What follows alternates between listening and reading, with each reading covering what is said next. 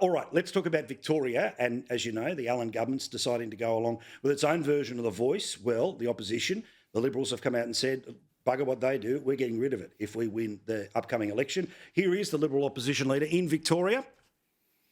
The Allan Labor government have proven yet again they've got their priorities wrong.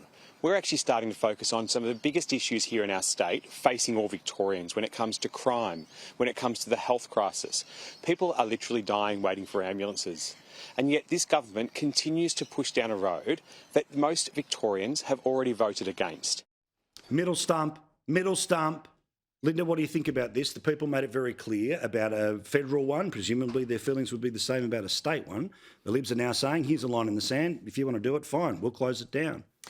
Look, I think the opposition leader in Victoria has got to be a bit careful. Labor won a very decisive election in South Australia, right next door, based on hospital ambulance ramping against the Liberal government. So I'm not sure they've got a great track record on ambulance or health generally. The Victorian opposition is in charge of the South Australian government? Progressive states in the country, like in Victoria, it's a pretty difficult ask to make. If they want to kind of swing far right Trumpian on the culture wars again, I just think it's not the smartest strategy. But, you know, far be it for me to give the Victorian opposition leader any advice. But if they want to go Trumpian right, I'm not sure. Trumpian right? Why? James, why is any opposition to everything they want to do Trumpian right?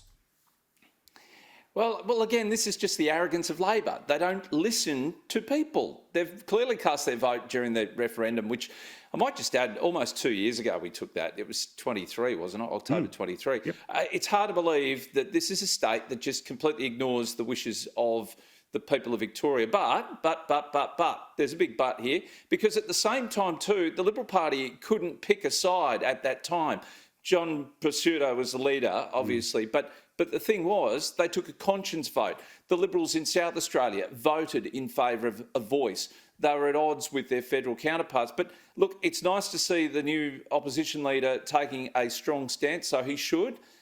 This is not what Victorians, let alone the rest of the country, want. It's so divisive. And again, this comes at an added cost to all Victorians to implement a voice to Parliament.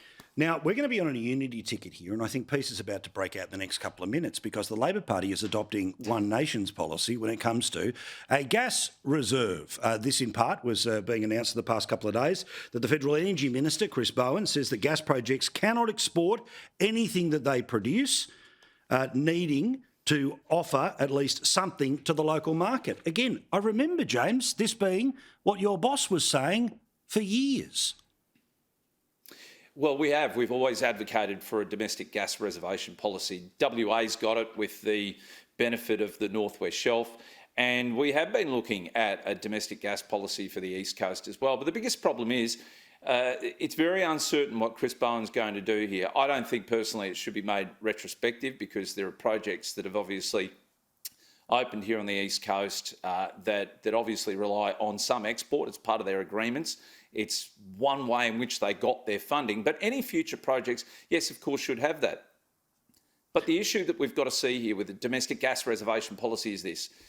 You've got to get government out of the way. If you want new gas fields to open up, you've got to get this federal government out of the way. Obviously, there's going to be environmental needs which need to be met. We get that. But at the end of the day, if you want new investment in gas, governments need to disappear because it's over $1 million to put in one single gas well. And we know that they don't last forever. They've got a couple of years' life left in them. So if you want investment in gas, that's one thing. But get out of the way, government, and allow these gas companies to be able to get in there and do it. And as for these states that don't want gas, well, as far as I'm concerned, turn the tap off them.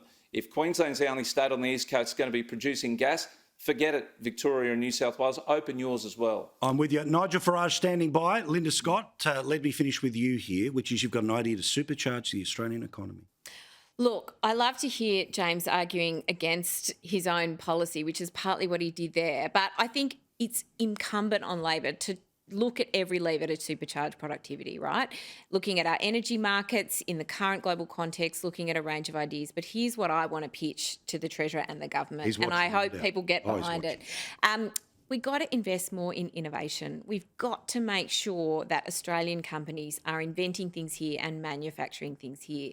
I found this great research report recently from the University of Sydney that showed that if aged care in Australia, aged care businesses spent as much on research and development as Australian beekeeping, go the beekeepers, there would be an extra 150 million invested each year in R&D. We've got so many clever people here, so many great ideas. Let's get our businesses to invest in research and development and innovation I've always and said- turbocharge productivity.